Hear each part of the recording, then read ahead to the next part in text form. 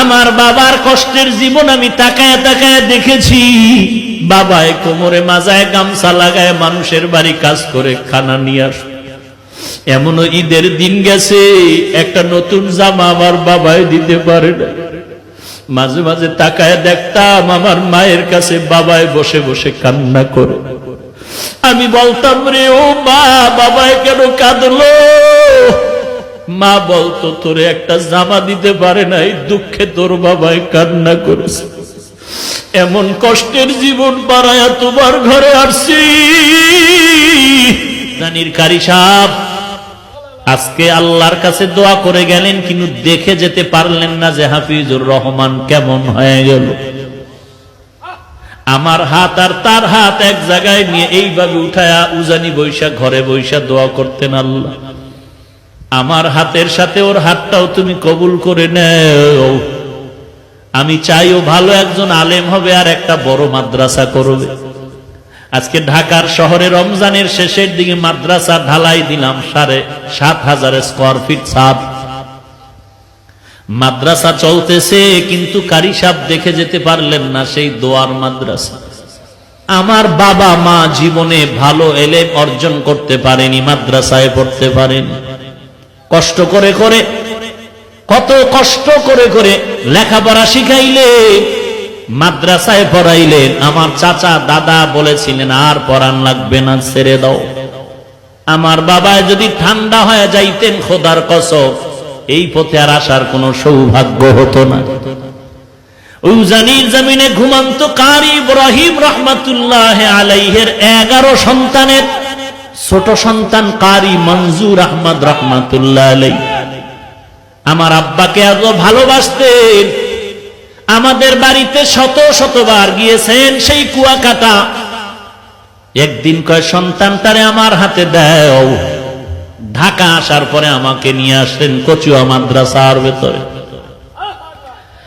আর ওই উজানির কারি ইব্রাহিম রহমাতুল্লাহ আলাইহির কবরের কিনারায় গিয়া 11তম সন্তান গিয়া আমার আব্বার হাতটা ধরে নিয়ে বলতেন, আব্বা জান, কুয়াকাটার একজন গরিব মানুষ আপনার দরজায় দাঁড়ানো আছে। এই গরিব মানুষটা বড় মুখলেস মানুষ, বড় তাকওয়াওয়ালা মানুষ। আপনার মোহাব্বতের বান্দা। বাচ্চার মতো যেমন বাবার কাছে আবদার করে এমন আবদার করে, আব্বা জান, বাবা জান, এই গরিব মানুষটার সে কবর জিয়ারত করে, আল্লাহর কাছে একটু দোয়া করবেন, আল্লাহর কাছে বলবেন।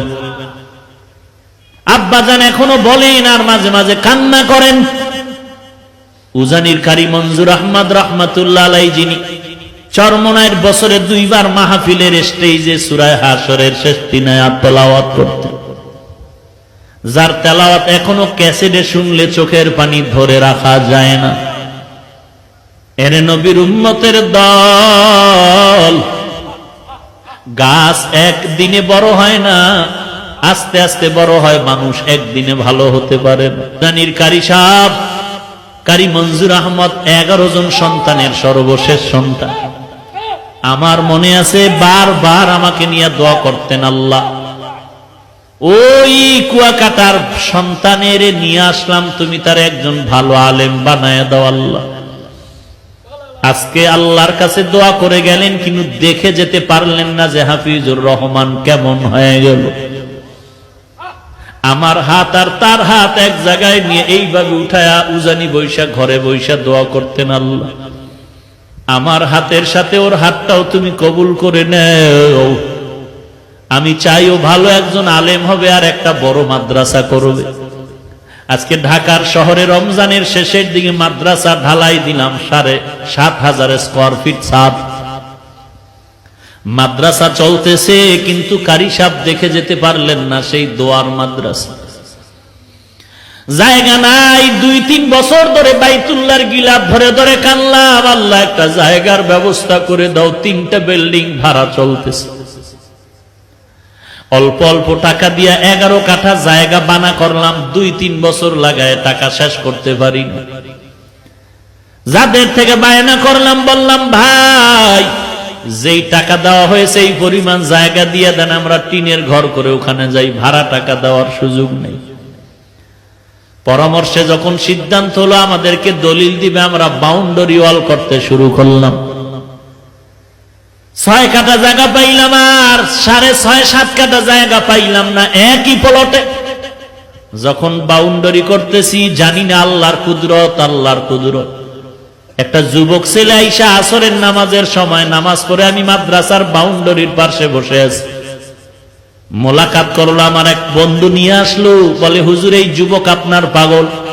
বলে হুজুর আমি 16টা বছর ঢাকার বারান্দায় বারান্দায় কাজ করছি আর ঘুমাইছি, কত কষ্ট করেছি। আল্লাহ তাআলা এই দিনের পথে আনছে, আমি আপনাকে দেখার বড় পাগল। 2000 সাল থেকে আল্লাহ আমাকে হেদায়েতের পথে আনছে বয়ানের মাধ্যমে।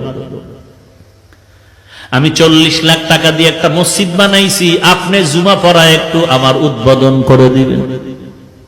কথায় কথায় বলে হুজুর এই বাউন্ডারি কিসের? আমি বললাম এটা একটা মাদ্রাসা হচ্ছে, এত কম জায়গা কেন? আমি বললাম পুরাটাই ছিল, টাকা নাই। আল্লাহর বান্দা বলে হুজুর জায়গা লাগে 3 কাঠা নিয়ে নেন, আমি টাকার ব্যবস্থা করে দিচ্ছি। আল্লাহর কাছে তখন শুকর আদায় করলাম, রে মালিক বাইতুল্লাহর দোয়া তুমি খালি ফিরাইয়া দাও নাই। না হয় এই যুবকের আমি জীবনে দেখি নাই, যুবক আমারে দেখে নাই, কোথা থেকে তুমি কুদরতি ভাবে নিয়ে আসছো। এই রমাজানে ছাদ ডালাই দিব, টাকা নাই, কত কিছু দরকার, 700-800 বস্তা সিমেন্ট লাগবে, রড লাগবে, ইট লাগবে, 42,000। কি করব? আমি একটা ইফতারের অনুষ্ঠান করে সবাইকে বললাম মাদ্রাসার এই হালাত দোয়া করবেন।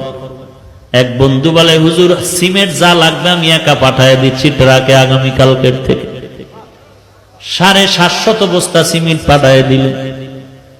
আর এক আল্লাহর বান্দা বলে হুজুর আমি ট্রাকে আপনার 42,000 ইট আমি পাঠিয়ে দিচ্ছি।